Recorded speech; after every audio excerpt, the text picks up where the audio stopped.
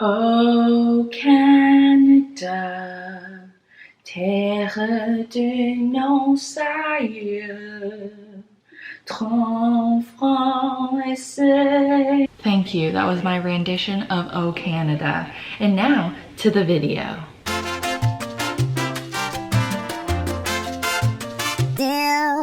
What's up, y'all? It's your girl Alex, and I feel like I'm really far away, so I'm gonna bring you a little bit closer. Coming live to the crib. Welcome. How you doing? I hope it's a great, fantastic day, eh? I'm repping the Raptors because we're about to be NBA champions yet again. I'm praying for it to actually happen. Who knows? But I'm gonna run through a Canadian impression of American universities because a lot of people are going back to school. So I thought I'd just share my opinion on going to university in America. The first one I want to talk about is Greek life. If you watch a lot of movies that are based in university, there's this whole Greek life going on, and I always thought, is it really that big of a deal? Because a lot of schools in those TV shows I thought were being a little extra with their whole Greek life thing going on. Greek life is crazy in the US. I've learned all about the different types of fraternities and sororities you can enter, whether it be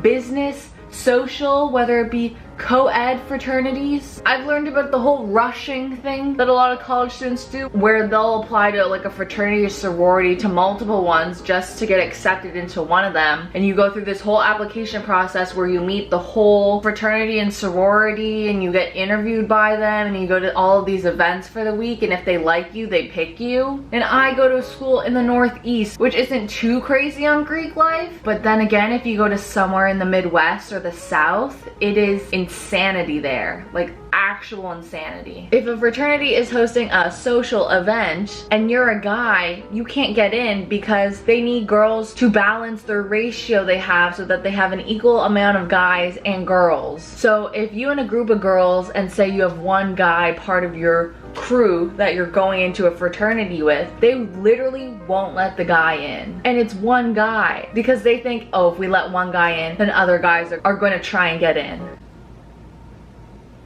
Why do ratios even matter anymore? My leg is going numb. We need to switch.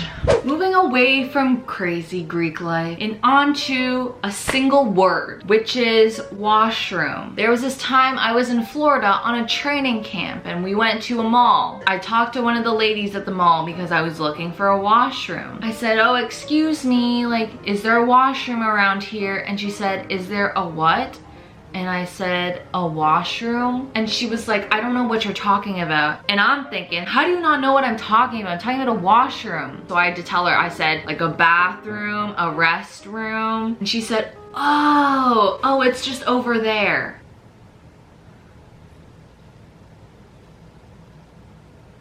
How do people not know what a washroom is? It's basically the same thing as a bathroom and a restroom, just a different word. And also, I don't know why Americans say bathroom and restroom. When you're going to the washroom, are you bathing in it? No. Are you resting in it?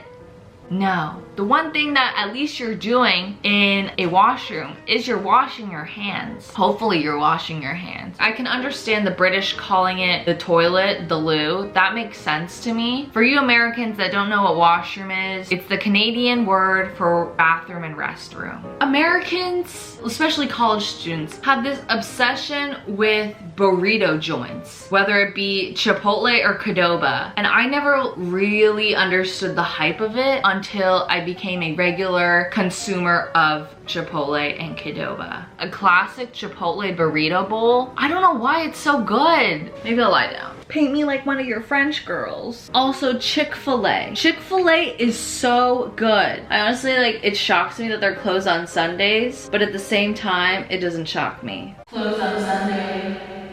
You want Chick-fil-A? Growing up, you know what my go-to fast food chain was?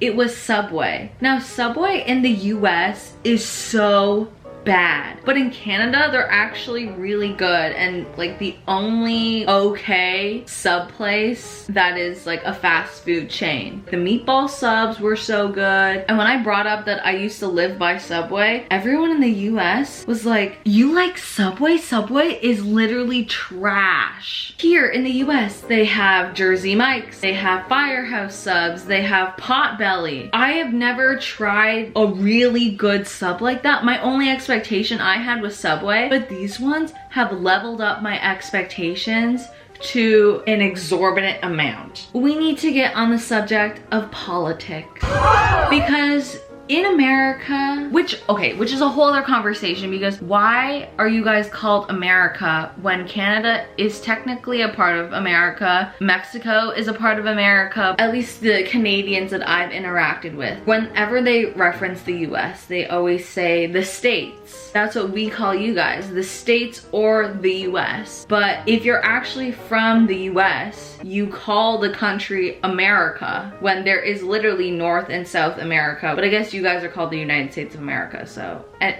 anyways, going back to politics. Nobody really wants to talk about politics, but yet everybody wants to talk about politics, where you're either a Democrat, you're a Republican, it's black and white. Whereas in Canada, essentially we don't have just two parties, we have like 5 or 6 different parties. We have the Liberals, we have the Conservatives, we have NDP, which is New Democratic Party, we have the Green Party, we've got Bloc Québécois, we had this new one called People's Party of Canada that didn't do so hot either. But back to how that relates to American universities. My freshman year, the very first class I had was this seminar thing. It was about environmental science, and it was being taught by a British well, I don't know if he had a British accent. I go sit down in the class, which is maybe 10 or 15 students because it's a little seminar, and the professor walks into the class and literally the first thing that he brings up is Trump. I came here to learn about environmental science, and the first thing you bring up is Trump? I can see how politics can tie into literally everything, and especially can tie into environmental science. I understand that. He didn't even explain what the course was about. Nothing. It was about Trump. And I was like, oh God, if this is gonna be one of those classes where he just rants about how Trump doesn't believe in global warming and like this whole thing becomes more about politics than it does about environmental science, I'm not here for it. So after the very first class, I went to my advisor and I said, take me out of this class. I don't want to be in it. That wasn't the only class I attended where professors were so openly talking about their politics, whether it be like a math class, a science class. I can understand if it's like some sort of journalism class that I'm in. These professors have zero care in the world of what you think. They'll just openly talk about it. In Canada, it's very reserved. Even within family members, you don't really know who people are voting for because nobody really talks about it. Nobody's as vocal and open about it as the US is. And it was shocked me to hear some of the things that, whether it be college students or professors, hear them say, because they go above and beyond to let you know their opinion. And people get into really big fights over this. Maybe it's the way Canada is and we're nice people and all that, but we definitely weren't as vocal about it as the US is. For sure. Another thing, American universities have so many majors and minors. It is mind-boggling what you can choose from. At my school, you can minor in astrobiology, dance, entomology, which is the study of insects, horticulture therapy, and sexuality studies. I can't talk about American universities without bringing up the fact that tuition is so expensive here. So expensive. In the US, I can understand why people stay in-state because in-state tuition is way cheaper than out-of-state tuition. The campus fee, the computer fee, the other fee, you have student health insurance that's expensive too. And can we also just talk about how you pay so much money for student health insurance, and then when you do have to go to like the doctors or get like a prescription drug, you have to pay extra through a copay. I'm already paying the $1,000 it is for health insurance. Why do I have to pay the $3 it takes for my blood test? Because the insurance only covers so much and I literally have to pay $3 for a blood test. This is a true story. I actually have to pay $3. I don't understand what a copay is. Why can't insurance cover the $10 it takes? Maybe it's the universal healthcare system that I have, which is why I'm so confused about the US system. I've heard stories where people need to go to the hospital, but they don't call an ambulance. They get someone to drive them there because the ambulance costs thousands of dollars. People are putting their own health and safety at risk because they don't want the cost of that happening. It's so insane to me. As crazy y'all might be with a lot of different things, I love it. Okay, bye. No, I'm kidding. If you like this video, make sure you like it. And comment down below what you think about my impression of American universities. If you are American. If you're Canadian, comment down your Canadian impression of American universities. And if you're from a different country, comment your impression from your country of American universities, because I'd love to hear about them. Thank you guys for watching, and peace, love, blessings, yeah. Yeah. Oh, Canada.